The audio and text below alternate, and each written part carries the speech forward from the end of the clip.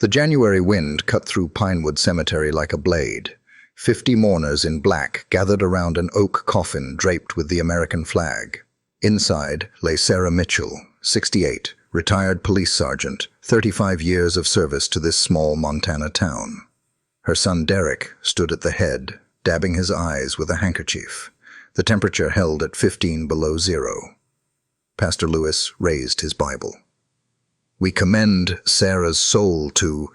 A sound tore through the frozen silence. Barking. Desperate, frantic barking. A German shepherd burst through the crowd, snow flying from his dark coat. He wore a faded vest marked K9 retired. The dog leaped onto the coffin, claws scraping wood, teeth seizing the flag's edge. "Get that animal away," Derek shouted. The dog snarled at him, then returned to the coffin. His barking changed, short, long, short. A pattern. Tom Bradley, former police chief, stepped forward. His weathered face went pale. "That's the K9 signal," he said quietly, "for Found Alive. Leave a like and share your thoughts in the comments along with the city you're watching from now. Let's continue with the story. 3 years earlier, Sarah Mitchell had walked into the county animal shelter with no intention of adopting.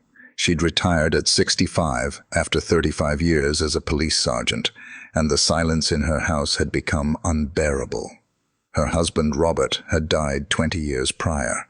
Her son Derek rarely called. The empty rooms echoed with memories she could no longer face. The shelter worker led her past cages of eager puppies, all wagging tails and hopeful eyes. Sarah felt nothing. Then she saw him in the back corner, a German shepherd lying motionless, staring at the concrete wall. His dark coat was dull. He wouldn't look at visitors. "That's Rex," the worker said. "Former K9, 8 years on the force. His handler died during a raid. Rex saw it happen. He's been here 8 months. Nobody wants a broken dog." Sarah knelt by the cage. She understood brokenness. After retirement, she'd spent months sitting on her porch, watching Montana winters come and go, wondering what her 35 years of service had meant. Derek visited once a month, always asking about her will, her savings, her plans for the property. He never asked how she was sleeping, never noticed she'd stopped cooking real meals. "I'll take him," Sarah said. The worker blinked. "Ma'am, he's got PTSD. He doesn't respond to commands anymore. He might never..." "I said I'll take him." That first night, Rex lay in the corner of her living room, trembling. Sarah sat on the floor 10 feet away. She didn't try to touch him. She just talked. About loneliness, about losing purpose, about how some mornings she forgot why she bothered getting out of bed. Around midnight, Rex stood. He walked slowly across the room. He lay down beside her, his head resting against her leg. They stayed that way until dawn. 3 years they'd had together. 3 years of healing. Rex slept across her doorway every night, protecting her from nightmares. She cooked him real meals, walked him through snow-covered forests, brushed his coat until it shone again. They'd saved each other. Derek had hated it from the start. He'd visit and find his mother laughing, playing fetch in the yard, vibrant in ways she'd never been with him. "It's just a dog, Mom," he'd say. But Sarah would catch the way Derek looked at Rex, with something cold behind his eyes, something that made Rex growl low in his throat. Now Tom Bradley stood in the cemetery, staring at that dog on the coffin, and his instincts screamed. He'd been police chief for 30 years before retiring. He'd worked beside Sarah Mitchell, trusted her judgment, respected her dedication. 2 days ago, she'd called him. "Tom, if something happens to me, look after Rex." He'd laughed it off. Now his blood ran cold. The dog's barking intensified, claws scraping frantically at the coffin lid. 3 days before the funeral, Derek Mitchell arrived at his mother's house on a Tuesday afternoon. He rarely visited on weekdays. Sarah was surprised to see his car pull up the snowy drive. "Thought I'd make you dinner, Mom," Derek said, carrying grocery bags. He smiled, but it didn't reach his eyes. Rex, lying by the fireplace, lifted his head and growled low in his throat. "Rex, be nice," Sarah chided gently. "That's family." But Rex didn't stop growling. His instincts, honed through 8 years of police work, screamed warning. Sarah noticed but dismissed it. Derek was her son, her only living child. Derek unpacked ingredients for beef stew, Sarah's favorite. He moved around her kitchen with practiced ease, chopping vegetables, browning meat. Sarah sat at the table, touched by the gesture. He so rarely showed affection anymore. "How's work?" she asked. "Fine. Busy." Derek's voice was clipped. He stirred the pot with more force than necessary. "Mom, I wanted to talk about something. Your will." Sarah's smile faded. "Derek, we've discussed this." "I know what you said. Everything to the animal shelter." He turned, eyes hard. "But I'm your son, your blood. Doesn't that mean anything?" "Of course it does." Sarah's voice softened. "But Derek, you have a career, a life ahead of you. Those animals at the shelter, they have nothing. No one wants the old ones, the damaged ones. They deserve my inheritance." Derek's knuckles whitened around the wooden spoon. "A bunch of mutts deserve what I've waited for my entire life." "It's not about deserving. It's about need." Derek turned back to the stove. When he spoke again, his voice was dangerously quiet. "Right. The animals come first, like always." He ladled stew into 2 bowls, set one before Sarah. The other he placed near Rex's empty food dish, meat chunks separated on a plate. "For the prince," he said bitterly. Sarah ate slowly, savoring the familiar flavors. Derek had made this recipe before, years ago. It tasted slightly different tonight. Slightly bitter. She attributed it to new spices. Rex sniffed his portion and backed away, whining. He wouldn't touch it. "He's just being difficult," Derek said. "Probably wants what you're having." But Sarah felt strange. The room tilted slightly. Her vision blurred at the edges. "I'm tired," she murmured. "Must be the cold I've been fighting." She tried to stand. Her legs wouldn't cooperate. The bowl slipped from her fingers, shattering on the floor.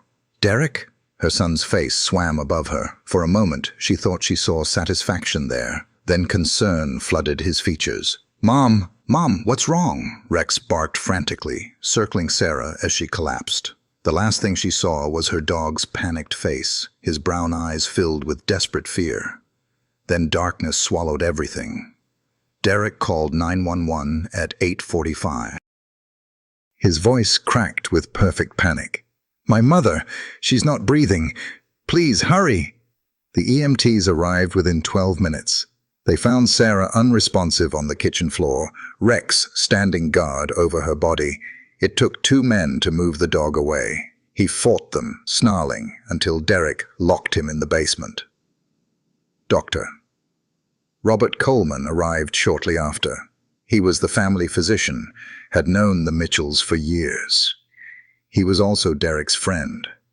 More importantly, he was a desperate man drowning in gambling debts. Coleman examined Sarah with shaking hands. No pulse, no breath sounds, skin already cooling. He looked at Derek, who stood with red-rimmed eyes, the picture of a grieving son. "She had a heart condition," Derek said softly. "This was expected, wasn't it, Doctor?" Coleman thought of his daughter Emma, 12 years old, paralyzed from a car accident. The surgery that could help her walk again cost $350,000. Insurance wouldn't cover experimental procedures. He'd lost everything trying to win money gambling. The loan sharks had given him 1 month. Derek had promised, "Help me, and when I inherit, Emma walks."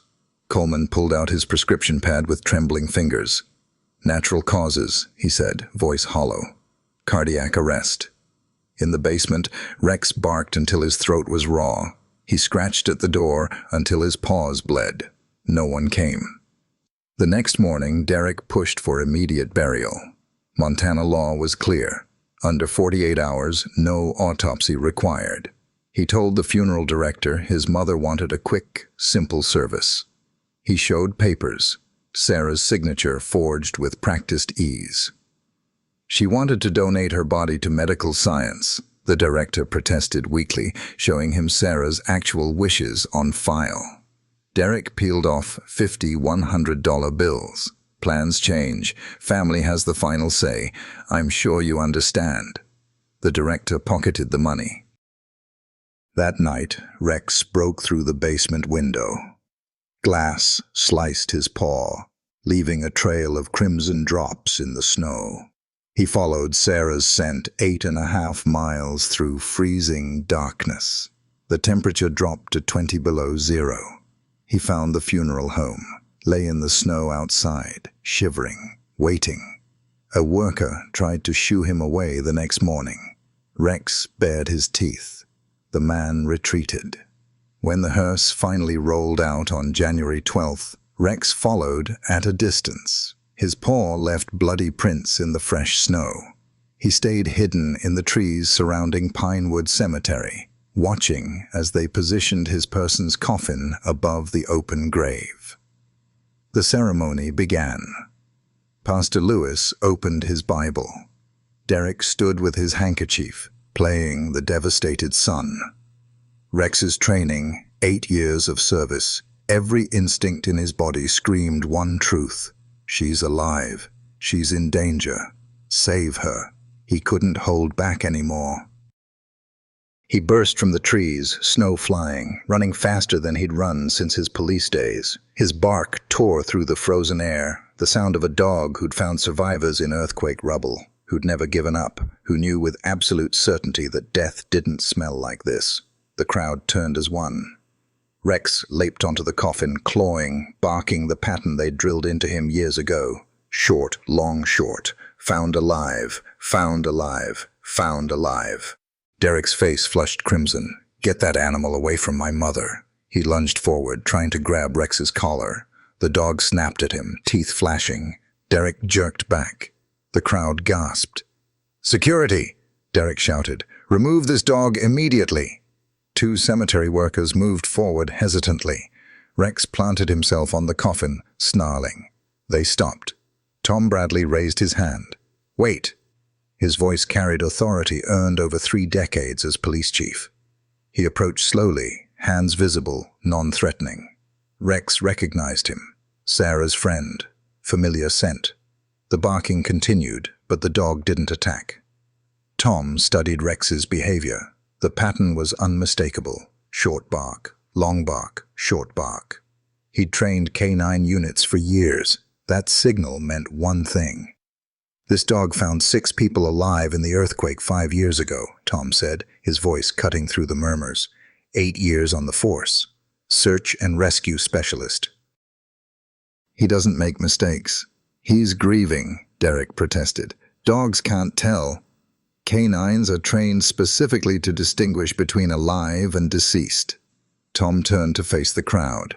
That barking pattern means he's found someone alive. The crowd erupted in whispers. Some pulled out phones, recording. Pastor Lewis stepped forward, face troubled. Chief Bradley, surely you're not suggesting we disturb? I'm suggesting we check. This is insane. Derek's voice cracked. My mother is dead. Dr. Coleman certified it. He gestured desperately at the physician. Tell them. Dr. Coleman stood frozen, face pale as the snow. Sweat beaded on his forehead despite the cold. I examined her thoroughly. No pulse, no respiration. Then there's no harm in verifying, Tom said quietly. An older woman pushed through the crowd. Margaret Walsh, 72, Sarah's older sister. She'd flown in from Seattle the day before. Her eyes were red, but her jaw was set. That dog loved my sister more than anything in this world. If Rex says something's wrong, her voice broke. We're opening that coffin. Aunt Margaret, please, Derek pleaded. Don't let them desecrate. I'm next of kin, too. Margaret's voice turned to steel. And I say we check. Rex howled, long and mournful. Something in that sound pierced through skepticism. Several former police officers in the crowd nodded to each other. Ma'am, this is highly irregular, the funeral director protested. Then be irregular. Tom stepped closer to the man. "I'll take full responsibility. If I'm wrong, I'll pay for everything. New casket, new ceremony, whatever it costs." The funeral director looked at Derek, who'd gone from red to white, at Margaret, who stood with arms crossed, at Rex, who'd stopped barking but remained rigid on the coffin, staring at the seam. "Do it," Margaret said. 2 workers came forward with tools. Rex jumped down but stayed close, whining. They began unscrewing the lid. The sound of metal on metal was obscenely loud in the frozen silence. Derek tried to push forward. "Stop this! You're all crazy!" 2 off-duty officers held him back. "Easy, son. Let them work." "Doctor, tell them." Derek's eyes found Coleman, pleading. Coleman opened his mouth. Nothing came out. His hands shook visibly. The screws came free. The workers looked at each other, then at Tom, who nodded. They lifted the lid slowly. The crowd pressed closer, phones raised. Breath held. Sarah lay still. Her skin had that waxy quality of death. Cotton wool in her nostrils. Hands folded over her chest, clutching a Bible. She looked peaceful. She looked dead. "See?" someone whispered. "She's gone." Rex leaped up, gentle now. He sniffed Sarah's face, whining, licked her cheek with careful tenderness, placed one paw on her chest.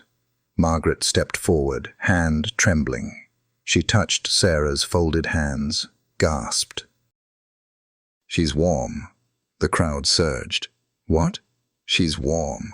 Margaret's voice rose. "Feel her. She's not cold." A nurse in the crowd pushed through. Mary Chen, 55, worked at Pinewood General. She pressed fingers to Sarah's neck, searching for pulse. "It's there. Very faint, but it's there." She pulled a compact mirror from her purse, held it under Sarah's nostrils. The glass fogged slightly. "She's breathing. My God, she's breathing." Chaos erupted. Screams, prayers, phones everywhere. Derek tried to run. The officers grabbed him, forced him to the ground. "Sir, don't move." Tom pulled a small vial from his coat pocket. His hands were steady despite his racing heart. 2 days ago, when Sarah called with that strange warning, he'd prepared, just in case. He'd been a cop too long to ignore instincts. "Nurse, help me." They tilted Sarah's head back carefully, removed the cotton from her nostrils, the airway partially blocked. Tom administered drops of clear liquid under her tongue, naloxone variant used for certain toxin exposures, a calculated guess based on symptoms. The crowd counted. 10 seconds, 20, 30. Sarah's finger twitched. Someone screamed. Rex barked joyfully. Sarah's chest rose with a deeper breath. A cough, weak but unmistakable. Her eyelids fluttered, opened slowly, pupils dilated and unfocused. Her lips moved. The word came out barely audible. "Rex?"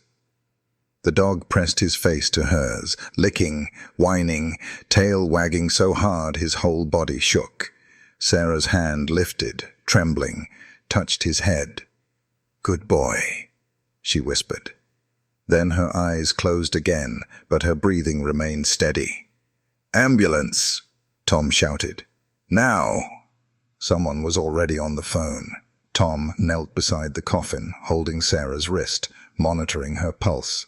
"Stay with us, Sarah. You're safe now. Rex found you. He wouldn't let them bury you."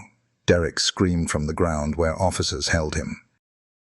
"No, this wasn't supposed to—" He stopped, realizing what he'd said. Dr. Coleman collapsed to his knees in the snow, sobbing. "I'm sorry. God forgive me. I'm sorry." Sirens wailed in the distance, growing closer. The ICU at Pinewood General was quiet, except for the rhythmic beep of monitors. Sarah lay motionless in the hospital bed, an oxygen mask covering her pale face. Tom sat in the chair beside her, refusing to leave.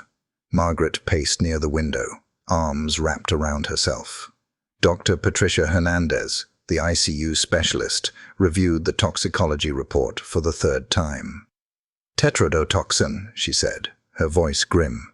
It's a neurotoxin that essentially mimics death, slows the heart rate to almost nothing, paralyzes muscles, suppresses breathing. In the right dose, it can make someone appear clinically dead. Where would someone get that? Margaret asked. Pufferfish. Certain species. It's not easy to obtain legally. Dr. Hernandez looked at Sarah's monitors. She's lucky. Another hour in that coffin. Carbon dioxide buildup would have killed her for real. The cold actually helped preserve her. Slowed her already suppressed metabolism even further. Tom hadn't let go of Sarah's hand. When will she wake up? We've induced a medical coma to let her body process the remaining toxin. 48 hours, maybe less. The doctor paused. She's going to need psychiatric support when she wakes. What her son did, if he did this, Tom said quietly, he'll pay. Rex wasn't allowed in the hospital. Margaret had taken him to Sarah's house, but the dog wouldn't eat. He paced from room to room, whining. At night he howled facing the direction of the hospital, a sound so mournful that neighbors called to check if everything was okay. Downtown, in separate interrogation rooms at the Pinewood Police Department, Derek Mitchell and Dr. Robert Coleman were being questioned. Coleman broke first. He sat across from Detective Lisa Morrison, a sharp-eyed woman of 38 who'd seen enough in her career not to be shocked easily, but this case made her sick. I need to tell you everything, Coleman said, voice hollow. I can't carry this anymore. The confession poured out, Derek approaching him 6 months ago. The proposition, Coleman's gambling debts, $200,000 to loan sharks who'd threatened his family, his daughter Emma paralyzed from a car accident 2 years ago, the experimental surgery that could help her walk again, $350,000. Insurance wouldn't cover it. Derek said when he inherited, he'd pay for Emma's surgery. All of it. Coleman's hands shook. He said his mother was old, suffering, that it would be a mercy. Did you believe that? Morrison asked. I wanted to. Tears tracked down his face. God help me, I wanted to so badly I stopped asking questions. He gave me the substance, told me how much to use. I injected it into her food when I visited for a routine checkup 3 days ago. She trusted me. She offered me tea and cookies, and I poisoned her. Why rush the burial? Derek said we had 48 hours before the toxin might wear off. Montana law doesn't require autopsy if burial happens within that window. We had to move fast. He looked up, eyes red. Is she going to live? That depends on how much you gave her. Coleman told her everything, the dosage, the timeline, how Derek had also given him sedatives to poison the dog, but Rex had refused to eat them. The dog knew. Animals always know. In the other room, Derek sat with his lawyer, stone-faced and silent. He'd invoked his right to counsel immediately, but his house was being searched. Officers found everything. A laptop with search history, tetrodotoxin purchase, how to fake death, Montana burial laws, life insurance payout timeline, Bitcoin transactions traced to dark web purchases, forged documents with Sarah's signature, and a handwritten ledger calculating his mother's estate down to the last dollar. $800,000 for the house, $300,000 in savings, $50,000 in her pension fund, $100,000 in life insurance, total $1,250,000. Against this, Derek's debts, $180,000 in gambling losses, $95,000 in failed real estate investments, $60,000 in divorce settlement, $35,000 in credit cards, $45,000 in back taxes, total $415,000. The math was stark. Kill his mother, inherit, clear his debts, and still have $800,000 left. But there was more. Police found hospital records from the previous October. Sarah Mitchell, treated for a fall down her stairs, fractured wrist, severe bruising. The ER doctor had noted, injury pattern inconsistent with simple fall. Steps had oily substance. Patient insists accident. Margaret had found Sarah's journal in the house. She brought it to the station with shaking hands. Detective Morrison read the entries aloud for the record. October 3rd. Derek asked about my will again. Third time this month.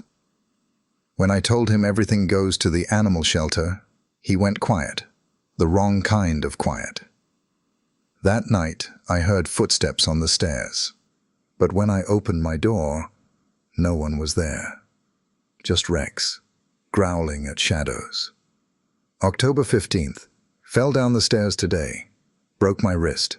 Derek was visiting. He was in the kitchen when it happened. Rex was barking frantically before I fell, like he was trying to warn me. Derek says I'm paranoid. Maybe I am, but the stairs were slippery, and Derek took a long time to call for help. January 8th. Derek's coming for dinner tomorrow. Rex won't stop growling at him. I don't blame the dog. Something feels wrong. If anything happens to me, Tom Bradley knows to look after Rex. The pattern was clear. Derek had tried to kill his mother before. When the fall didn't work, he'd escalated to poison. But the investigation uncovered something even darker. On January 16th, Detective Morrison received a call from Derek's ex-wife, Jennifer. She'd seen the news and had information. I filed for divorce a year ago, Jennifer said, voice tight. Derek asked me how to make someone's death look natural. I thought he was researching for a novel he talked about writing. Then I found searches on his laptop, poisons, staged accidents. I confronted him. He said I was paranoid. She paused. When I found evidence he'd been researching how to kill someone, I left. I tried to warn Sarah, but Derek intercepted my calls. Morrison thanked her and hung up. She looked at her partner. This wasn't a crime of passion. This was premeditated murder over months. On January 15th, 3 days after the cemetery, Sarah woke. Her eyes opened slowly, focusing on the white ceiling. She turned her head and saw Tom asleep in the chair, his hand still holding hers. The heart monitor beeped steadily. "Tom," she whispered. He jolted awake, pressed the call button. "You're awake. Thank God, you're awake." Nurses rushed in. Dr. Hernandez checked her vitals, asked questions. Sarah answered slowly, voice hoarse. Where was she? Hospital. What happened? She'd been poisoned. Who did it? Her son.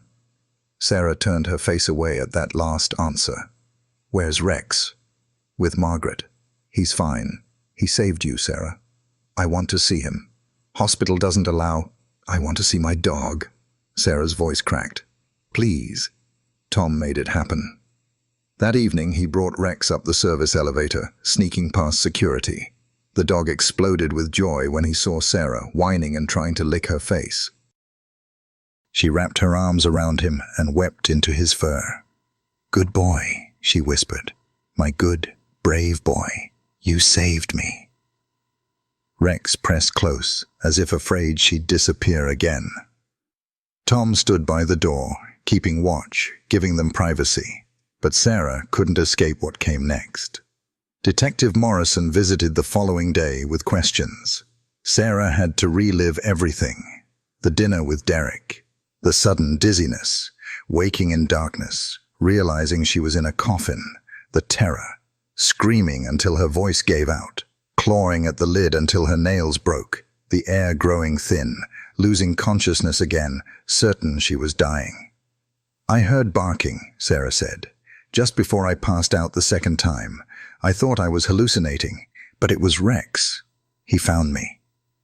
Your journal entries from October suggest Derek tried before. Sarah closed her eyes. I convinced myself I was imagining things. He's my son, my baby. I changed his diapers. I sat up with him through fevers. I taught him to ride a bike. Her voice broke.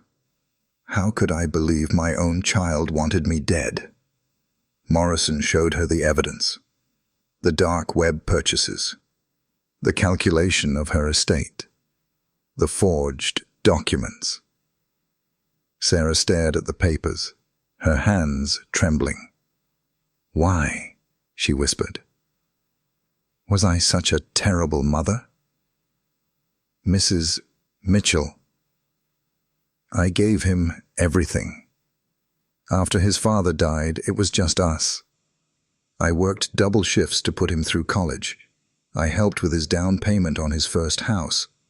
I never said no when he asked for help. Tears streamed down her face. What did I do wrong? Morrison hesitated. There's something else you need to know. Something Derek said during his testimony. She told Sarah about the brother, about Ethan. Sarah's face went white. He told you about the lake? He's using it as his defense, claiming you chose which son to save that day, that you let Ethan die. Sarah made a sound like a wounded animal. Tom moved to her side, holding her as she shook. It wasn't like that, she gasped. It wasn't a choice. The boat capsized. I was in the water. They were both going under. I grabbed whoever I could reach. Derek was 6 feet closer. If I'd tried to reach Ethan first, we all would have drowned. I know, Morrison said gently. I dove for him 12 times. The Coast Guard had to pull me out. I was hypothermic. I nearly died trying to find him. Sarah's breathing was ragged. Derek blamed me. From the funeral on, he said I chose wrong, said I should have saved Ethan instead, that Ethan was the better son. How old was Derek when this happened? 22. Ethan was 16. Sarah wiped her eyes. Derek changed after that. He was angry all the time, resentful. He took money from me but acted like I owed him. I thought if I just kept showing him love, he'd heal, but he never did. For 20 years, he's hated me, Tom spoke quietly. That's not your fault, isn't it? I'm his mother. I should have been able to reach them both. I should have... Sarah, no. Tom gripped her shoulders gently. You made an impossible choice in a split second. You saved one child. That doesn't make you a bad mother. It makes you human. But Sarah couldn't hear it. The guilt she'd carried for 2 decades rose up, choking her. She'd lost Ethan and spent 20 years trying to make it up to Derek. And Derek had been planning to bury her alive. The realization broke something in her. The nurses had to sedate her. That night, as medication pulled her under, she whispered, I failed both my boys. In his cell, Derek sat on the narrow cot, staring at the concrete wall. He'd been denied bail. Too much evidence, too much flight risk. His lawyer had laid it out clearly. Attempted first-degree murder, conspiracy, fraud, life in prison, possibly without parole. He thought about his mother in that coffin. Had she woken up? Had she screamed his name? He imagined her clawing at the lid, gasping for air. He'd intended that. He'd wanted her dead. But he felt no remorse, only rage that the plan had failed. That damn dog had ruined everything. In the cell next to his, Dr. Coleman prayed for forgiveness he knew he didn't deserve. He'd sold his soul for his daughter, and Emma, when she found out, had refused to speak to him. His wife had filed for divorce. He'd lost everything trying to give Emma her legs back, and now she wouldn't even visit him. 2 men, 2 choices, both now paying the price. But only one of them regretted what he'd done. The courtroom in Pinewood was packed beyond capacity. National media had descended on the small Montana town. Son buries mother alive, dog saves her, ran on every news channel. People lined up at dawn for seats. The gallery filled with retired police officers, neighbors, and strangers who'd followed the story online. Sarah attended in a wheelchair, still recovering. She wore a simple black dress. Rex lay beside her, granted special permission as a service animal. The dog hadn't left her side since the hospital. At night, he slept across her doorway like he always had, protecting her. Derek entered in an orange jumpsuit, hands shackled. His eyes found his mother's face. She looked away. The trial lasted 2 weeks. The prosecution presented evidence methodically. Toxicology reports showing tetrodotoxin in Sarah's system. Financial records proving Derek's desperation. Search histories revealing months of planning. Bitcoin transactions linking him to dark web poison purchases. Forged documents bearing Sarah's signature. Dr. Coleman testified for the prosecution, part of his plea agreement. He'd already pleaded guilty to conspiracy and medical malpractice, receiving 25 years. On the stand, he wept openly. Derek told me his mother was suffering, that it would be mercy. Coleman's voice broke. I have a daughter. She's paralyzed. The surgery to help her costs $350,000. Derek promised when he inherited, he'd pay for it. I sold my soul for that promise. The prosecutor leaned forward. Did you believe Sarah Mitchell was suffering? I wanted to. I needed the money so badly I stopped asking questions. He looked at Sarah. I'm sorry. I know that's not enough, but I'm sorry. Sarah sat motionless, hands folded in her lap. Rex's head rested on her knee. Tom Bradley testified about Rex's behavior at the cemetery. Canine training is specific. That barking pattern meant he'd found someone alive. Rex worked search and rescue for 8 years. He found 6 people alive in earthquake rubble. He doesn't make mistakes. Margaret Walsh described the lake incident from 20 years ago. Sarah dove 12 times looking for Ethan. The Coast Guard had to physically pull her from the water. She was hypothermic, barely conscious. She didn't choose which son to save. She acted on instinct, grabbed whoever was closest. If she'd hesitated, both boys would have drowned. The defense attorney, a weary public defender named Sarah Chen, tried to paint Derek as a victim of trauma. She argued diminished capacity due to PTSD from his brother's death, financial desperation, a moment of madness, not premeditation. But the evidence was overwhelming. The planning, the research, the previous attempt with the stairs, the forged documents, the rushed burial. Every detail spoke of calculated murder. On February 25th, Derek took the stand against his lawyer's advice. He'd insisted. He wanted people to understand. At first he was composed, described finding his mother unresponsive, claimed he'd panicked, called 911 immediately, denied any involvement in poisoning. The prosecutor, District Attorney James Mitchell, no relation, was merciless in cross-examination. Mr. Mitchell, you researched tetrodotoxin for 6 weeks before your mother's death. I was curious about, you purchased it 3 weeks prior using cryptocurrency. That doesn't prove. You forged documents to rush her burial, ignoring her actual wishes to donate her body to science. Derek's jaw clenched. I thought she'd changed her mind. You also tried to poison her dog. Something snapped. Derek's careful mask cracked. That dog was in the way. The courtroom went silent. He was always in the way. Derek's voice rose. She loved that animal more than me, more than her own son. Every penny, every moment, it was always Rex, Rex, Rex. Mr. Mitchell. Derek stood, shaking. I'm her blood, her child. But she chose to give everything to a shelter full of mutts instead of her own family. His face twisted with rage. My brother drowned because she grabbed the wrong son. Then she spent 20 years proving she'd made a mistake, loving that damn dog more than she ever loved me. Sit down, Mr. Mitchell, the judge ordered. She deserved it, Derek screamed. She let Ethan die. She should have saved him instead of me. Everyone thought so. My father thought so. He couldn't even look at me after Ethan died because I was the wrong son. Security moved forward. Derek kept screaming.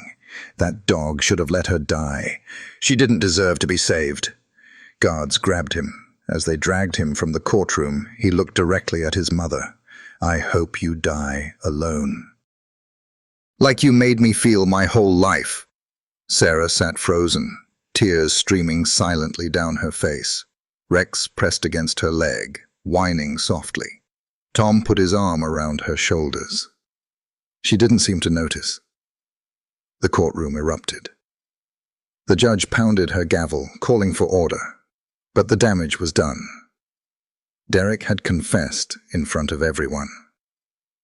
That night, Sarah lay in her hospital room. The stress had triggered complications. Her blood pressure remained dangerously high. Tom stayed with her, holding her hand in the dark. I failed him, she whispered. Both of them. No, Sarah. I should have reached Ethan first. He was the better person. Derek was right. I saved the wrong son. Don't say that. You saved who you could reach. That's all anyone could do. But Sarah couldn't stop crying. 20 years of guilt crashed over her. She'd lost Ethan and destroyed Derek. What kind of mother was she? Rex refused to leave her side. He sensed her distress, pressed close, licking her tears. But on February 28th, 3 days after Derek's breakdown, Rex collapsed. He'd been lying beside Sarah's hospital bed when his legs suddenly gave out. He tried to stand, whimpering, but couldn't. Sarah screamed for help. Dr. Amanda Foster, the veterinarian, came immediately. She examined Rex while Sarah watched in terror, gripping Tom's hand so hard her knuckles turned white. Blood tests came back within an hour. Dr. Foster's face was grave. It's osteosarcoma, bone cancer, very advanced. She paused. But the toxin Derek gave him accelerated it, weakened his immune system. He should have had more time. How much time does he have now? Sarah's voice was barely audible. 2 weeks, maybe less. I'm sorry. Sarah made a sound like she'd been punched. No, not him. Please, not Rex. We can manage his pain, make him comfortable, but there's no cure. He just saved me. Sarah's hands shook. I can't lose him now. I can't. But she could see it in Dr. Foster's eyes. Rex was dying. Derek's poison had done this. Her son had tried to kill her dog, just like he'd tried to kill her. That night, Sarah refused to leave the hospital. The staff brought in a cot. She lay beside Rex's bed on the floor, her hand resting on his head. He couldn't walk anymore. The cancer was in his spine. I'm sorry, boy, she whispered. I'm so sorry. You saved me, and now you're dying, and I can't save you back. Rex's tail thumped weakly. His eyes, still clear and brown, looked at her with the same love they'd always held. Margaret and Tom visited every day. They brought updates on the trial, but Sarah barely listened. Her world had narrowed to the dog beside her. Rex stopped eating on the 3rd day. He only drank water. Sarah hand-fed him tiny pieces of chicken. He licked her fingers, but wouldn't swallow. Please fight, she begged. Please. I need you. But Rex's eyes said what she already knew. He was tired. He'd fought for her, saved her, given everything he had. Now he needed to rest. On March 5th, Sarah made the decision. She had Rex transported to her property against medical advice. If he was going to die, it would be at home, in the meadow where they'd walked together for 3 years. The trial concluded without her. The jury found Derek guilty on all counts. Attempted first-degree murder, conspiracy, fraud, animal cruelty. The judge sentenced him to life imprisonment without possibility of parole. But Sarah wasn't there to hear it. She was sitting in a snow-dusted meadow, holding her dying dog, watching the sun set over Montana mountains, knowing she was about to lose the only family member who'd ever loved her unconditionally. The meadow on Sarah's property had always been Rex's favorite place. 40 acres of Montana wilderness stretched toward the mountains, snow melting into patches of early spring grass. Sarah sat on a blanket, her back against an old pine tree. Rex lay with his head in her lap. He was too weak to lift it anymore. The sunset painted the sky in shades of gold and purple. Tom and Margaret stood 20 feet away, giving them privacy. Dr. Amanda Foster waited nearby with her medical bag. The decision had been made. Rex was suffering. The cancer had spread to his spine. Every breath was labored. It was time. Sarah stroked his ears gently, the way he'd always loved. Remember our first walk? Her voice was soft. You pulled so hard on that leash. I thought you'd drag me across Montana. A sad smile touched her lips. But then you stopped at the creek, looked back to make sure I was okay. That's when I knew you weren't broken. Just careful. You'd been hurt, like me. Rex's tail thumped once against the blanket. We fixed each other, didn't we, boy? Tears slipped down her face.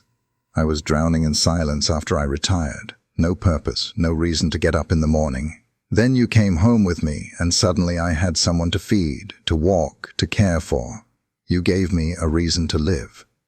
The wind rustled through the grass. Somewhere a hawk called. The mountains stood eternal against the darkening sky. Every nightmare I had, you woke me. Every time I fell, you were there. Sarah's voice cracked. When Derek pushed me down those stairs, you tried to warn me. You knew something was wrong. You always knew. She bent close, whispering against his fur.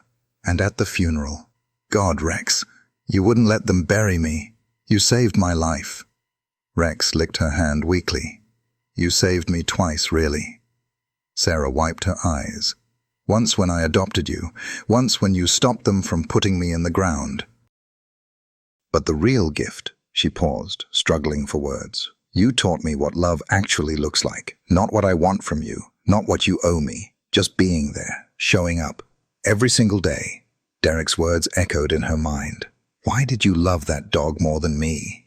She hadn't loved Rex more. She'd loved him truly, without conditions, without keeping score. He'd never asked her for money or inheritance. He'd only wanted to be near her, to keep her safe, to make her smile. Derek asked me why I chose you over him. Sarah's tears fell onto Rex's fur. I didn't choose you over him. I chose truth over lies, loyalty over betrayal, real love over manipulation. Her hand trembled. You never wanted anything from me except my presence. That's family. That's real family. The sun dipped lower. Shadows lengthened across the meadow. Dr. Foster approached quietly, knelt beside them. It's time, Mrs. Mitchell, she said gently. He's ready, Sarah nodded, unable to speak. Dr. Foster explained what would happen. First injection to make him sleep. No pain. Second injection to stop his heart. Peaceful. Quick. Will he feel anything? Sarah managed. Only your love. Sarah kissed Rex's head, breathing in his familiar scent. I love you, boy. I love you so much. You can rest now. You've been so brave. You've fought enough. Her voice dropped to a whisper. Wait for me, okay? At that rainbow bridge everyone talks about. I'll bring treats and a tennis ball and we'll walk forever. Dr. Foster administered the first injection. Rex's eyes grew heavy. His breathing slowed, deepened. The pain lines around his muzzle softened. Sarah held him close. Good boy, she murmured. My good boy. As Rex drifted into unconsciousness, Sarah began to sing. Her voice wavered, but held. You are my sunshine, my only sunshine. You make me happy when skies are gray. The old lullaby she'd sung to her sons. You'll never know, dear, how much I love you. Rex's eyes closed completely. His breathing became regular, peaceful, finally without pain. Sarah looked at Dr. Foster and nodded. The vet prepared the second injection. Sarah kept singing, kept stroking Rex's ears. Please don't take my sunshine away. Dr. Foster administered the final dose. She placed her stethoscope against Rex's chest. 10 seconds. 20. She removed the stethoscope, met Sarah's eyes. He's gone. I'm so sorry. Sarah didn't scream. She didn't wail. She simply held Rex, rocking slowly back and forth. Good boy, she whispered. Good boy, good boy. Over and over like a prayer. Tom and Margaret approached. Tom knelt, placed his hand on Sarah's shoulder. She didn't look up, just held her dog as the sun set behind the mountains and stars began appearing in the darkening sky. They sat that way for hours. Margaret brought a blanket, draped it over Sarah's shoulders. The temperature dropped. Sarah held on. Finally, near midnight, she let Tom lift Rex's body. They'd prepared a spot under the old pine tree where Rex used to lie in summer shade. They buried him wrapped in Sarah's old police jacket, the one she'd worn for 35 years, the one that smelled like her.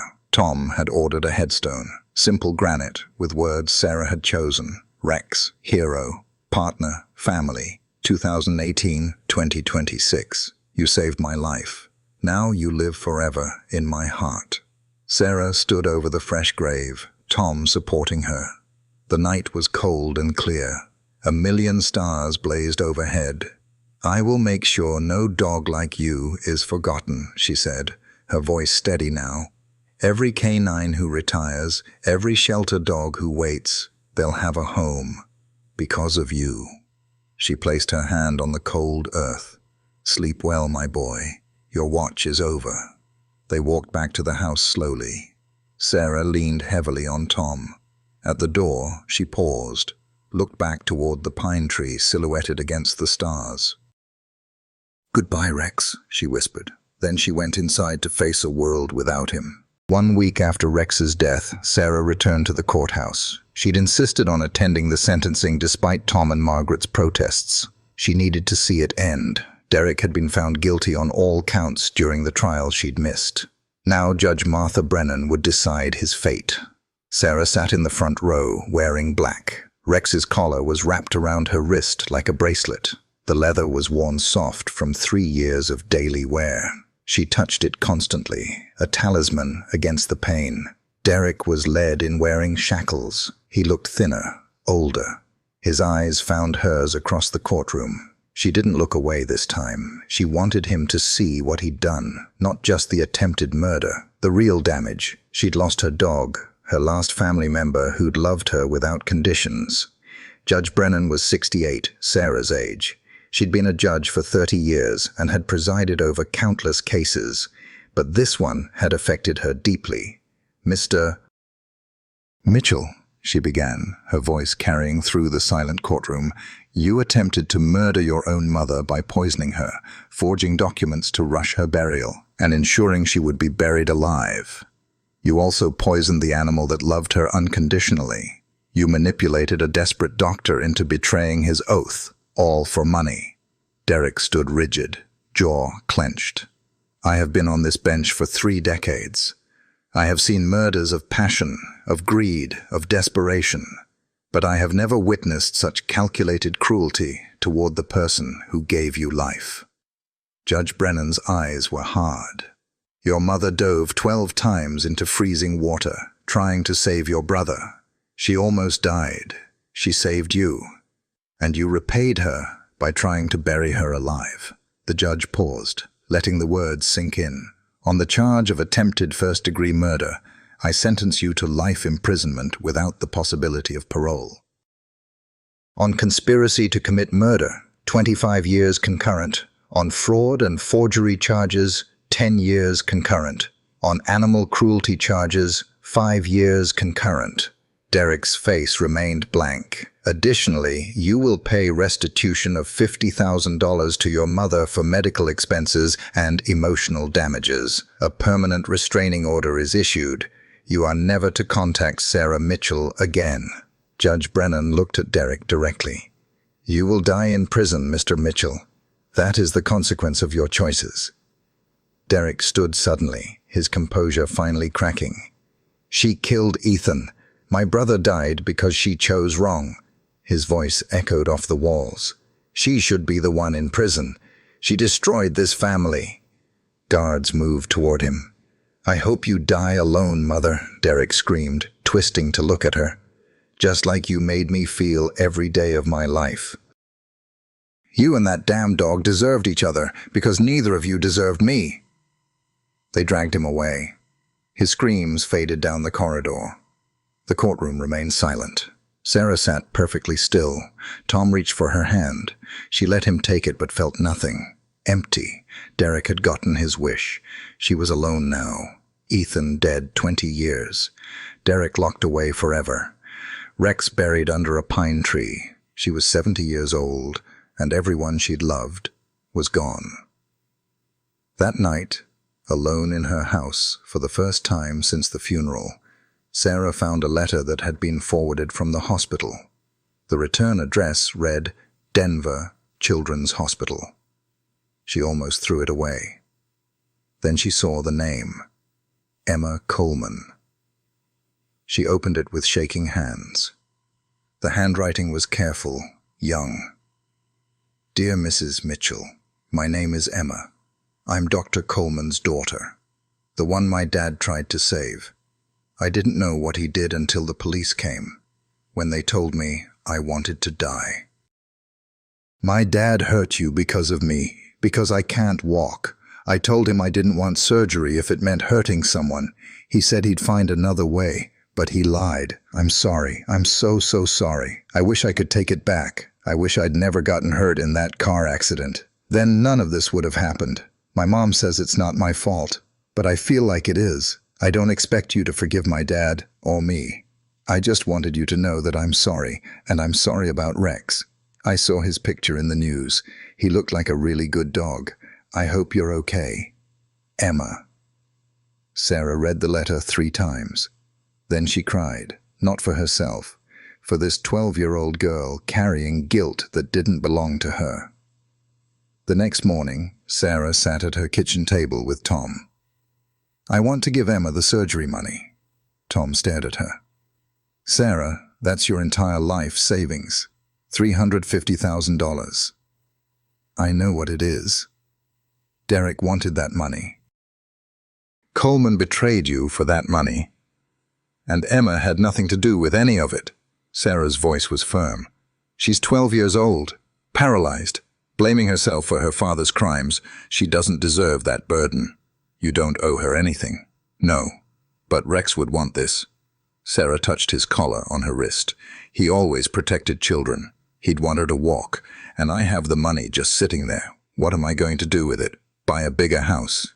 Take a vacation? It's just paper. Emma's legs are her life. Tom was quiet for a long moment. You're a better person than most, Sarah Mitchell. No, I'm just someone who learned what really matters. She pulled out her checkbook. And it's not money. Sarah wrote the check for $350,000. Made it anonymous, sent through lawyers so Emma would never know it came from the woman her father had tried to kill. In the note, she wrote simply, for Emma's surgery. From someone who believes every child deserves a chance to run, in memory of Rex, who loved unconditionally. 3 weeks later, Detective Morrison called. Mrs. Mitchell, there's something you need to know. Derek gave an interview from prison, documentary filmmaker.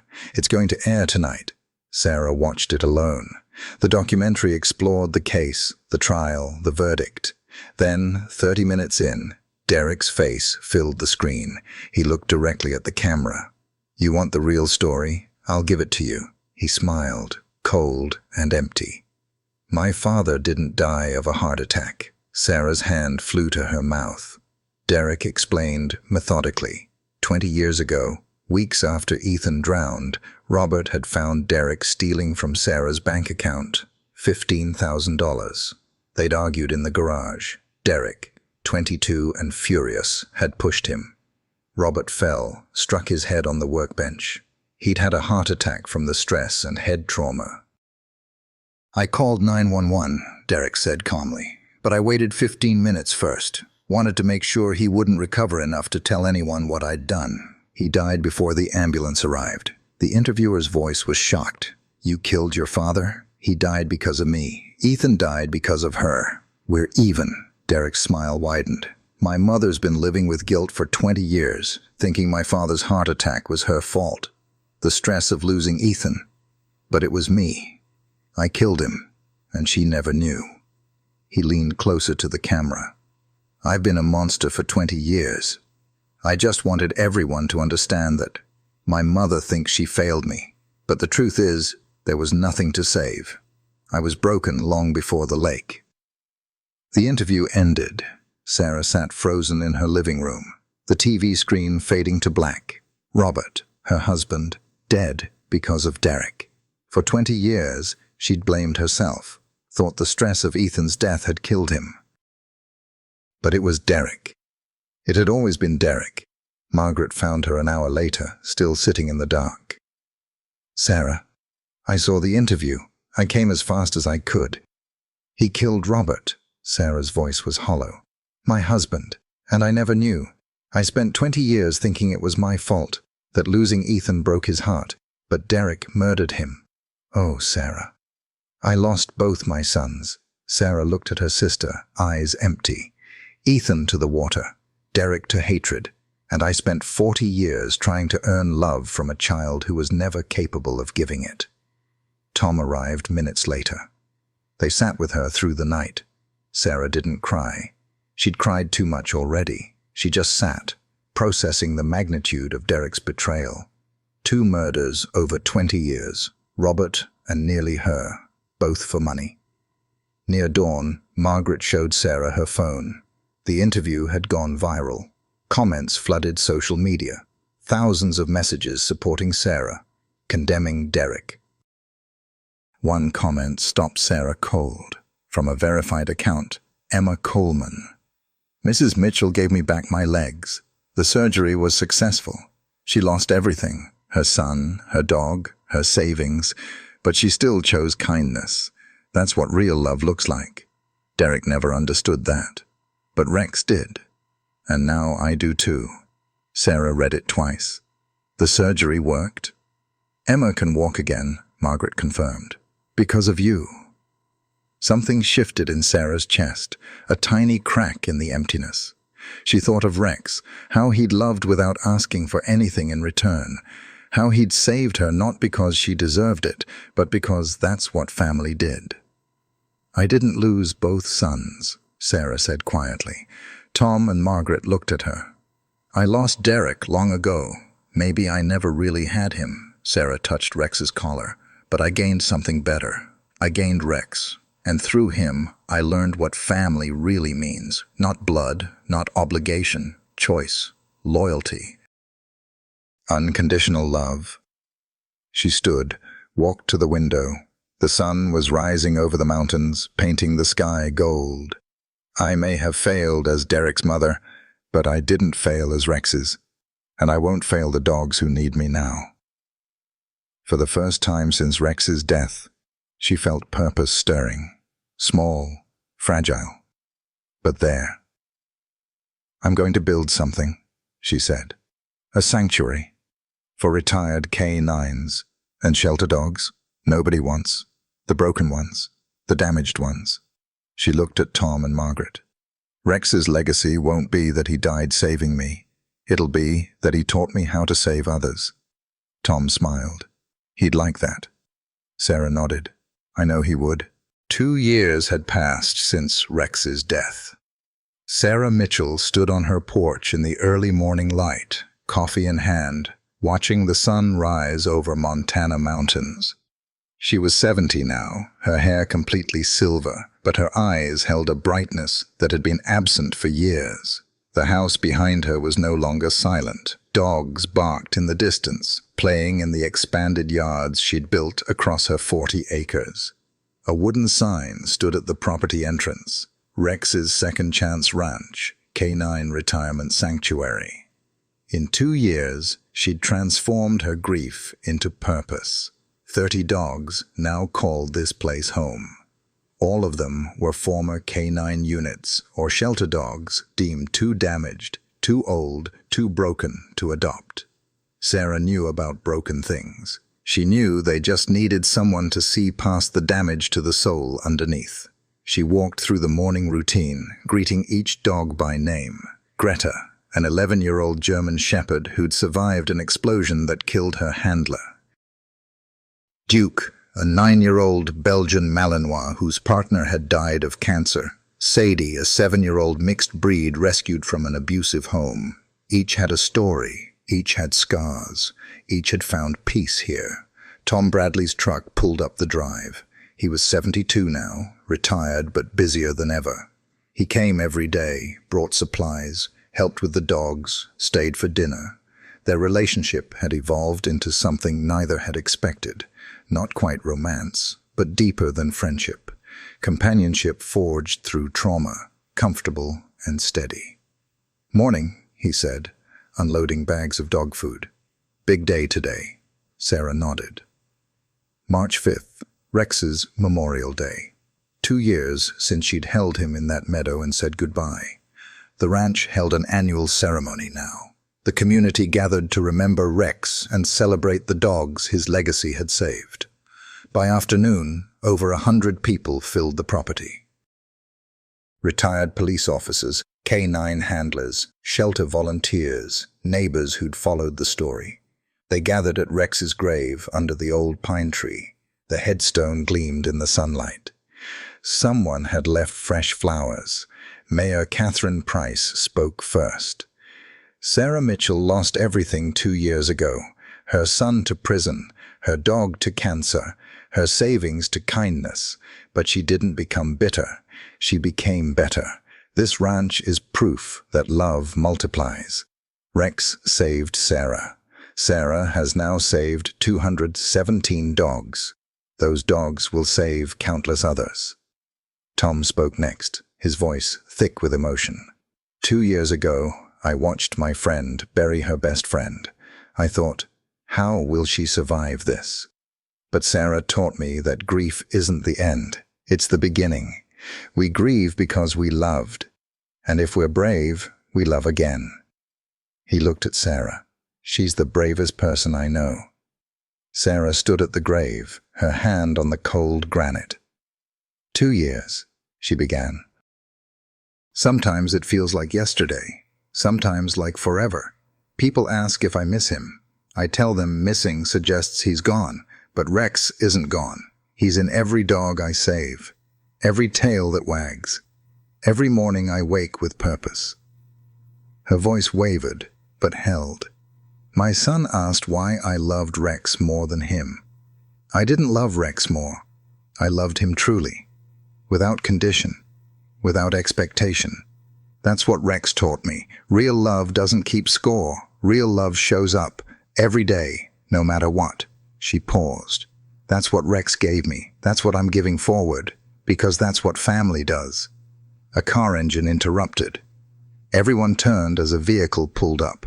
A woman in her late 30s stepped out, then moved to the passenger side, helping a young girl from the car. The girl walked carefully but steadily, no wheelchair in sight.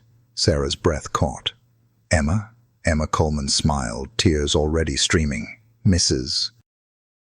Mitchell, I wanted you to meet someone. She gestured to a younger girl beside her, about 10 years old, using forearm crutches. This is Zoe. She was in a car accident like I was. I'm her mentor now, helping her through recovery. Emma's voice broke. I'm using what you gave me to give back. The surgery worked. I can walk. I graduated high school. I'm studying physical therapy now.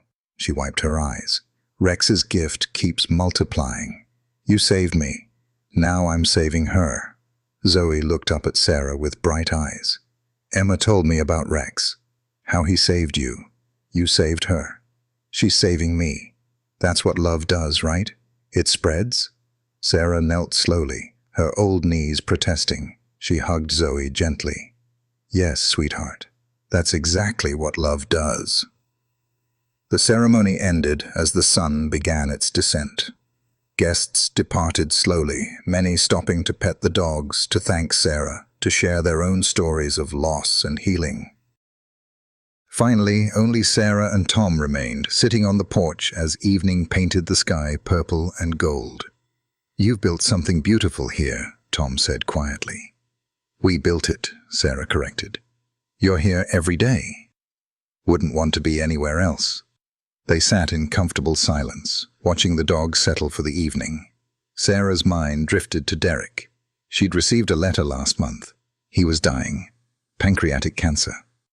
6 months at most. He'd asked her to visit before the end. She hadn't decided yet. Part of her said she should.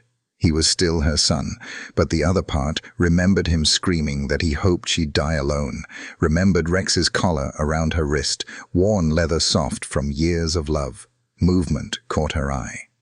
A new dog sat alone near the barn, watching but not approaching. Hope was her name, a 5-year-old German shepherd whose handler had retired due to injury. She'd arrived yesterday, wouldn't interact with the other dogs, wouldn't eat. Just sat and watched with wary eyes. Sarah stood. I need to talk to someone. She approached Hope slowly, sat on the ground nearby without trying to touch her. Hey, girl, I'm Sarah. Hope didn't look at her. I know you're scared. I know you lost someone important. I lost someone too. His name was Rex. Hope's ear twitched. He was like you. Didn't trust anyone. Thought love was dangerous. But he gave it a chance. And it saved both of us. Sarah kept her voice soft. I'm not asking you to trust me yet. Just don't give up. Okay? Hope turned her head slightly, made eye contact. Just for a moment. Then her tail thumped once against the ground. Just once. But enough. Sarah smiled. There you are. The sun set behind the mountains, bathing the ranch in golden light. Tom watched from the porch as Sarah sat with Hope. Around them, dogs played and rested, all of them saved, all of them healing. The wooden sign at the entrance caught the last rays of sun. Rex's Second Chance Ranch. Inside the house, on Sarah's desk, sat a framed photo of Rex. Beside it, his collar, carefully preserved, and beside that, a letter she'd begun writing to Derek. She didn't know if she'd send it, didn't know if she could forgive him for Rex, but she was trying to choose love over hate even now, because that's what Rex had taught her. The sky darkened. Stars emerged. Sarah stayed with Hope, patient and still, knowing that healing took time, knowing that love, real love, was worth waiting for. Tom came down from the porch, sat beside Sarah, and together they waited for Hope to trust again. From ashes to dawn, Sarah whispered, remembering the day Rex had died. From death to life, from broken to whole. That's what love does. Hope's tail thumped twice this time, and Sarah knew, with absolute certainty, that Rex would be proud. If you're reading this and you're in your 60s or 70s, you might know Sarah's loneliness. That quiet house after retirement. Adult children who call less than you'd hoped. The question that wakes you at 3 in the morning, did my life matter? Sarah learned something we all need to hear. Family isn't always blood. Sometimes it's a scruffy rescue dog. Sometimes it's a friend who shows up with coffee. Sometimes it's the stranger who believes you when no one else will. Rex didn't love Sarah because she was perfect. He loved her because love doesn't need reasons. And when she had nothing left, no son, no savings, no dog, she discovered she had everything that mattered, the ability to give love forward. At 70, she started over. Built something beautiful from ashes. If you're feeling forgotten, remember this. You're never too old for a second chance. You're never too broken to heal. And the love you give away comes back multiplied in ways you can't imagine. What's your Rex? What taught you about real love? Have you found your second chance, or are you still waiting for it? Share your story in the comments below. Your words might be exactly what someone else needs to hear today.